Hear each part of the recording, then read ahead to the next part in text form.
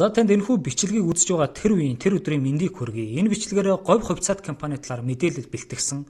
Яагаад бэлтгэсэн бэ гэхээр энэ компани 25 оны 9-р сарын 8-ны өдөр нээлттэй компаниас хаалттай хувьцаат компаниас хязгаарлагдмал хариуцлагатай компани болохоор шийдвэрлсэн. За миний бичлэг үндсэндээ хоёр хэсэгтэй. Эхнийх нь бол тус компани тухай танилцуулга явна. За хоёрт нь сүүлийн 10 жилийн буюу 2015 оноос 2025 оны 6 сарын 30-наар дуусвар ортлох үеийн санхүүгийн тайлан дээрх гол юм 6 тоон мэдээллүүдийг тэдгээрийн хөдөлгөөнийг нь хамтдаа танилцах юм аа. График байдлаар харна. За энэ компани бол 1981 онд байгуулагдсан, 1993 онд IPO хийсэн буюу Монголын хөрөнгийн биржид бүртгэлтэй болсон. Үйл ажиллагааг нь Монгол хүн бүр бараг мэднэ. Ноолуран бүтээгдэхүүн үйлдвэрлэдэг Монголын ууган үйлдвэрүүдийн нэг.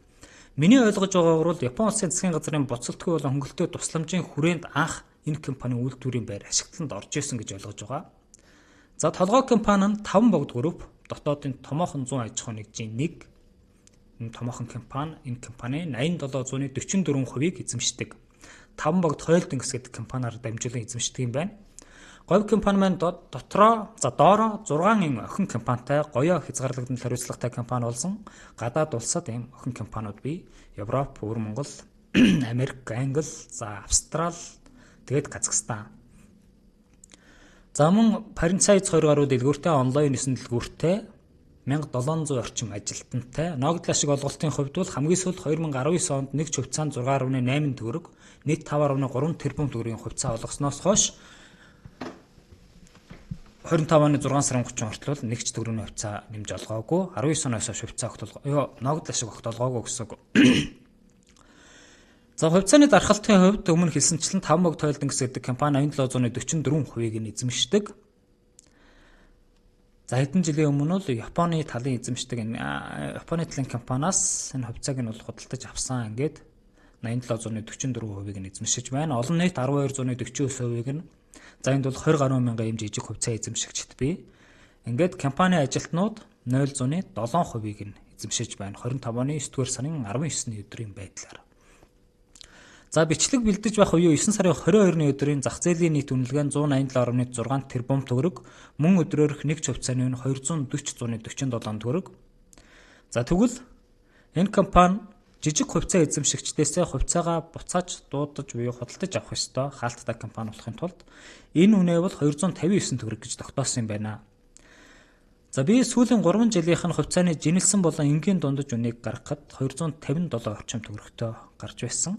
За магадгүй ийм байдлаар энэ үнийг тогтоосон байж болох юм. Эргэлтэд гаргасан нийт хувьцааны тоо 780 сая 112,500 төгрөг. За ингээд сүүлийн 3 жилийн арилжааны идвэх, за өдрийн арилжааны үнийг нь гаргасан. Ингээд бол за энэ хугацаанд бол нийт 4.2 тэрбум төгрөгийн вакцины арилжаа явагдсан байна. За вакцины арилжааг оруулж тооцсноор бол өдрийн дунд 100 орчим сая төгрөгтэй. За вакцины арилжаа ороод энэ сүүлийн 3 жил нийт 75 орчим тэрбум төгрөгийн арилжаа өгсөн. Хувьцааны үн энгийн дундаж үн нь 258.52 төгрөг, за жинэлсэн дундаж үн нь 257.65 төгрөг. Тэгэхээр 259 гэдэг бол магадгүй эдгээр үнийг жишээлэн тооцсон байж болох юм. Эсвэл сүүлийн 5 жилээр ч юм уу. За би бол сүүлийн 3 жилээр нь тооцсон байгаа. Тэгвэл сүүлийн 1 жилийн хувьцааны хамгийн өндөр үн бол 301.9, за 302 орчим төгрөгөөр 25 оны 4-р сард ингэж хүрж исэн бол эсвэргээрээ хамгийн бага түвшин бол 214.4 төгрөгөөр мөн оны 4-р сард ингэж хүрч буурж байсан юм байна. За тэгвэл бүх цаг үеийн түүхэн дээд ханш бол 336 төгрөг 2018 оны 11-р сард тохиолдож байсан. За үүнээс өмнө бол компани хувьцаа ингэж 100 дахин хуваагдсан ийм хувьцаан дээр өөрчлөлт гарч ирсэн юм байна. За мэдээллийн их усрууд бол энд харагдаж байна. Монголын хөрөнгийн бирж, за тус компани вебсайт болон пэйж хуудас. За одоо хэдүүлээ тоо мэдээллүүдтэйгээ танилцъя. За энд бол 2015 оноос хойш 2025 оны 6 сарын 30 хүртэлх говь компани нийт хөрөнгийн дүн тэрбум төгрөгөөр харагдаж байна. 15 онд 122.8 тэрбум төгрөгийн нийт хөрөнгөтэй байсан бол за хамгийн өндөртөө 20 онд 380 тэрбум төгрөг болж байсан байна. Тэгвэл 25 оны 6 сарын 30-наар 356.5 тэрбум төгрөгийн нийт хөрөнгөтэй болсон байна. За нийт хөрөнгө гэдэг маань дотроо өөрийн хөрөнгө болон өр төлбөр гэсэн юм хоёр хэсгээс бүрддэг. Өөрийн хөрөнгө гэдэг маань компани анх оруулсан, эздээс оруулсан хөрөнгө. За энэ маань тайлант үе бүрийн ашиг алдагдлаар нэмж бураад ингээд явдаг. За тэгвэл 25 онд эднийх 68.5 тэрбум төгрөг өөрийн хөрөнгө нь 54.3 тэрбум төгрөг л үр төлбөр. Ийм өртөө байсан гэсэн үг. Ийм өртөө байсан бол за та ерөнхийдөө графикаа харвал өөрийн хөрөнгө 18 он хүртэл өсөж явснаа 19 оноос хойш буураад явсан. За энэ маань бол мэдээж алдагдaltaй ажилласан гэсэн үг. Тэгэхээр алдагдлаа санхүүжүүлэх ёстой. Түүний тулд өр тавьж байна. Ингээд эсэргээрээ өр нь нэмэгдэж байна гэсэн үг. За ингэж явсаар байгаад 2015 онд 68.5 тэрбум төгрөг байсан өөрийн хөрөнгө маань энэ оны 6 сарын 31-нд гэхэд хасах 32.3 тэрбум төгрөгтэй болсон. Энэ дүн бол компани өр төлбөр өөрийн хөрөнгийн давсан дүн юм. Яг энэ тоон үзүүлэлтүүдээр компани татан буугдах юм бол ийм өртөө хоцрохнэ буюу эздүүд компани эзэмшигчид ийм хэмжээний хөрөнгө компанидаа нэмж оруулж өрөө дарах нэ гэсэн үг. За гэхдээ мэдээж энэ бол өрөөсгөл нөгөө талдаа компани хөрөнгийн үнэлгээ ялангуяа мүүлдвэрийн хувьд бол хэд хэдэн байр савтай байдаг тэр болгоныг зах зээлийн үнэлгээр нь үнэлээд ингээд тооцох ёстой. За зүгээр саяныхыг бол тоогоо ойлгохын тулд хэлсэн. За ерөнхийдөө бол өөрийн хөрөнгө буураад өр төлбөр өсөөд л яваад байсан байна. За ингэсээр гад 380 баг 390 орчим тэрбум төгрөгийн өр төлбөртэй болсон байх нэ. За мэдээж энэ өр өсөхийн хэрээр үүнийг дагаад санхүүгийн зардал буюу зээлийн хүний зардал өснө гэсэн үг. За нийт орлого бол нийт зардал мөн сүүлийн 10 жилийн байдлаар 2015 онд 80 тэрбум төгрөгийн орлоготой 63 орчим тэрбум төгрөгийн зардалтай ажиллаж байсан бол энэ оны эхний хагас жилийн байдлаар 78.4 тэрбум төгрөгийн орлоготой 112 сая төгрөгийн зардалтай. За энд нэг зүйлийг онцолж хэлэхэд би орлогод нийт орлого болон олзыг, зардалд нийт зардал болон гарцыг оруулсан байгаа. За зарим тохиолдолд ялангуяа үндсэн хөрөнгө барилга байгууламж ихтэй, тоног төхөөрөмж ихтэй ийм компаниудын хувьд хөрөнгийн дахин үнэлгээний олз ба гарц гэсэн зүйл санхүүгийн тайлан дээр бусад олз ба гарц гэсгээр орж ирдэг. За энэ нь бол гэхдээ түгээмэл биш. За гэхдээ л энэ тоонуудыг багтаасан дүнгээр харах юм бол 2015 онд 80 тэрбум төгрөгийн орлоготой ажиллаж байсан. 2025 оны эхний хагас жилд за 80 тэрбум. Нэг гэхдээ энэ маань эхний хагас жил үе 6 сарын үзүүлэлт гэсэн үг тийм. Гэхдээ орлого нь энтэй ойролцоо байхад зардал нь 2 дахин даблцсан байна тийм. За хэдүүлээ ерөнхийдөө графикаа харъя.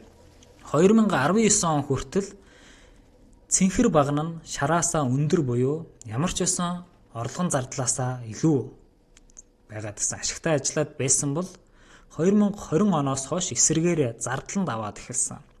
167 тэрбумын зардалтай 20 онд 153 тэрбумын орлоготой. За хамгийн их зөрүү хаана байна гэхээр 21 онд 186 тэрбумын орлоготой, 186 тэрбумын зардалтай, 150 тэрбумын орлоготой гэх мэт ингээд 19 оноос хойш бол байнгын алдагдaltaй ажиллаж эхэлсэн байна. За тэгвэл буцаагаад нийт хөрөнгийн бүтцээ харъя. За мөн 19 оноос хойш өөрийн хөрөнгө буураад эхэлсэн байна те. За тэгээд ногдол ашиг бол 19 оноос хойш ногдол ашиг олгоогүй, мэдээж алдагдaltaй ажилласан юм чинь ногдол ашиг хот олгоогүй. Гэхдээ энд нэг тоог онцолж хэлэхэд 2015-аас 2019 онуудад нийт 10.2 тэрбум төгрөгийн цэвэр ногдол ашиг зарласан олгосон байна. 15 онд 1 тэрбум, 16 онд 1 тэрбум, 17 онд 1.6 тэрбум, 18 онд 1.2 тэрбум, 2019 онд 5.3 тэрбум төгрөгийн ногдол ашиг зарлаж олгож ирсэн байна. За одоо цэвэр ашигын үзүүлэлтийг харъя. Тэгээ энэ дээр хэдүүлээ ногдол ашигын зарласан байдлын ахаад холбоо дээрээ. За ингээд 15-аас 18 он хүртэл жилийн дунджаараа 17 орчим тэрбум төгрөгийн ашигтай ажиллаж байсан компани 2019 онд огцон бураад 2.3 тэрбум төгрөг. Өөрөөр хэлбэл өмнөх 4 жилийнхээ дунджаас 7-8 дахин цэвэр ашигын үзүүлэлт буурсан. Улмаар 20 оноос эхлээд бүр алдагдaltaй ажиллаж гисэн. 20 онд 14 тэрбум, 21 онд 36 тэрбум, 22 онд 23 тэрбум, 23 онд 6 тэрбум. За 24 онд 19.1 тэрбум төгрөгийн ашигтай гэж гарсан. За энэ дээр тайлбар хэлнэ. 24 онд бол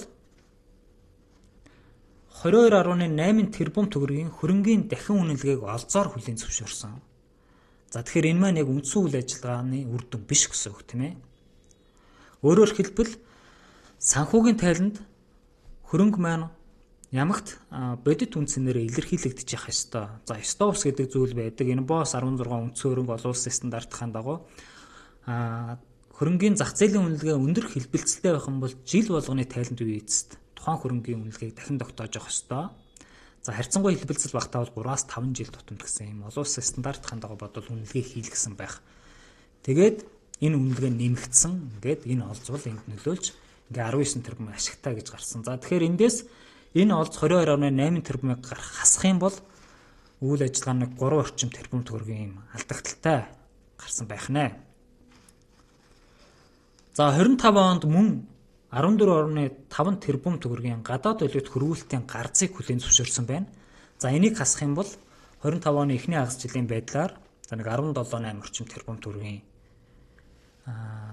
бодиттой яг гарцтай алдагдaltaй ажилласан гэсэн үг.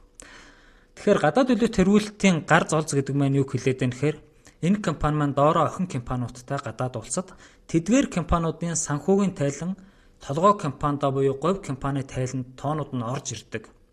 За эдгээр маань мэдээж гадаад улсад байгаа учраас тухайн улсынхаа мөнгөнд тэмдэгтээр тайландаа бүртгэлийн валют нь тийм байдаг. За энийг ингээд төгрөг рүү шилжүүлэхтэй холбоотой энэ зөрүүг санхүүгийн тайландаа хүлээн зөвшөөрдөг гэсэн үг.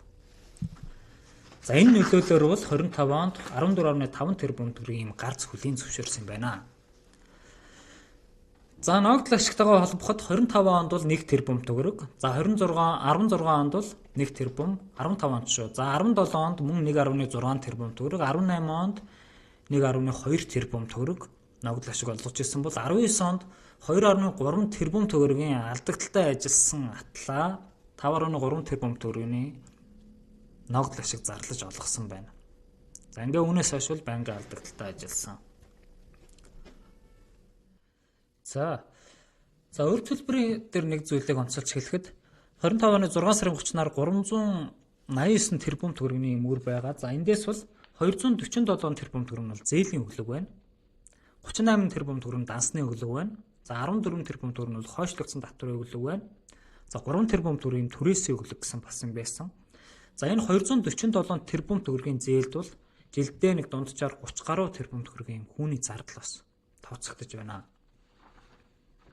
За энийг хэдүүлээ нэг жоохон дэлгэрүүлээ дээрээ. За энэ тоонуудыг бол орлогын дэлгэрэнгүй тайлан дээрээс нь авсан тоонууд байгаа.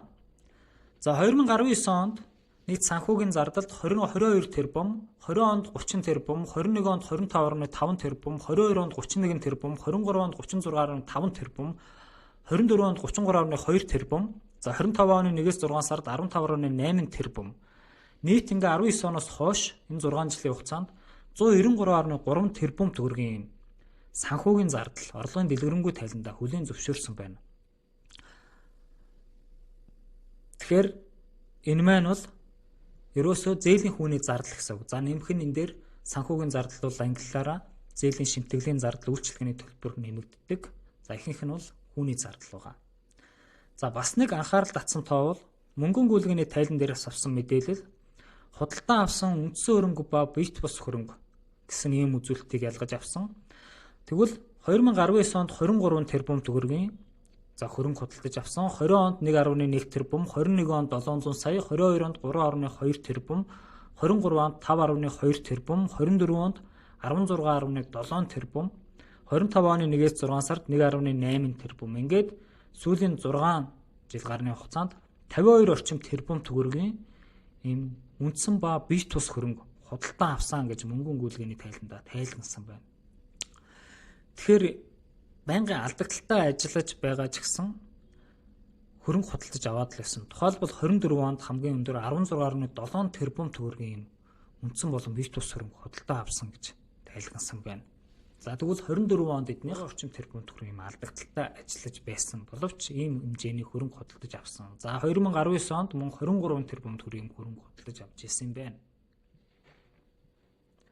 За уг нь бол компани засаглалын талаарх мэдээллүүдээ вебсайтаа байршуулад за сүүлийн жилүүдэд бол экспорттоо нэлээд анхаарж байгаа. За өөрсдийнх нь тайлан дээр бол хэд хэдэн юм гадаад инфлюенсерүүдэд юм төлбөр төлж борлуулалт маркетингагаа нэлээд анхаарж байгаа. За бүтээгдэхүүнийхаа нэр төрлийг нэмж байгаа. За тэгээд дэлхийн ноолурын бүтээгдэхүүнд бас жин дархууц хэмжээний юм байр суурь бэхжүүлсэн ийм компанийн хувьд ийм хэмжээний алдагдaltaй ажиллана гэдэг бол түн харамсалтай байна. За мэдээж ялангуяа 19-20 оноос ашигт ажиллагаа буураад 20 оноос алдагдaltaй ажилласан үнд бол ковидын цар тахал нөлөөсөн байж болно. Гэхдээ л энэ компани 70 гаруй хувийн борлуулалтын 70 гаруй хувь нь бол дотооддоо хийгддэг ийм компани. Тэгээд үндсэн түүхийд ноолоор нь бол дэлхийн зах зээлийн үн ашигтай харьцуулахад бол Монгол улсын хувьд бол харьцангуй юм түүхийдээ бага өртгөөр авах ийм боломжтой байдаг. За тэгээд энэ компаниг бол сая өнгөрсөн 7 хоногт Монголын хөрөнгийн бирж мэдээлэл гаргасан. За энэ компани дээрх бүтцийн өөрчлөлттэй холбоотой баримт бичгүүдээ Монголын хөрөнгийн биржид хөргүүлсэн байна лээ. За Монголын хөрөнгийн бирж эдгээр баримт бичгүүдтэй танилцаад улмаар санхүүгийн зохицуулахаараа бол энэ компани эцсийн байдлаар хаалттай компани юу хязгаарлагдмал хариуцлагатай компани болох эсэх шийдвэрийг гаргана. За тэр хүртэл бол хувьцаа нь хөрөнгийн бирж дээр ингээ нээлттэй хэвээр арилжаалагдчих байх юм байлаа шүү.